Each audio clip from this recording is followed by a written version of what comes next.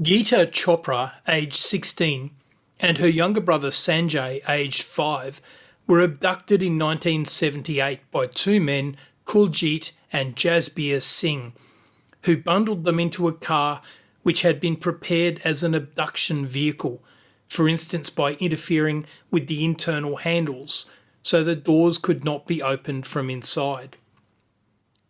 The offenders don't seem to have had any particular children as their target.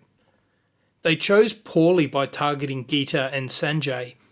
Their father was not wealthy and would be unable to pay a substantial ransom. More importantly, these two kids had a great deal of spirit. In the car they fought back, causing enough harm that later on the offenders went to hospital for stitches, which is part of how they were identified. The kids also attracted attention. Geeta was heard screaming for help, and little Sanjay had the presence of mind to show passing drivers that he was bleeding. One man on a moped followed them as long as he could, but lost them and went to police. The children's bodies were found a couple of days later with many terrible stab wounds.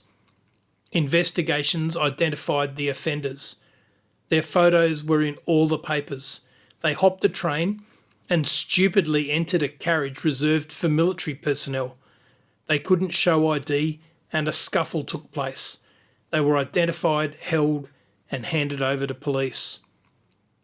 They were tried, convicted and sentenced to death.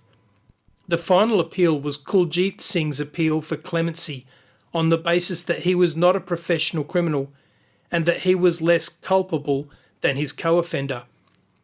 Chief Justice Chandrachud said, "The murder was most certainly not committed on the spur of the moment. There was a planned motivation behind the crime, that the accused had no personal motive to commit the murder of these two children. Any two children would have been good enough for them." On culpability, His Honour said, "The petitioner was an active participator in the whole episode, and but for his willing cooperation, Jasbir could never have succeeded in his design.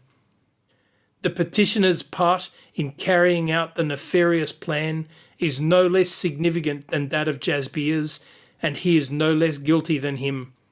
There is no room for treating the one differently from the other. They were hand in glove with each other." The two offenders were executed in late January 1981.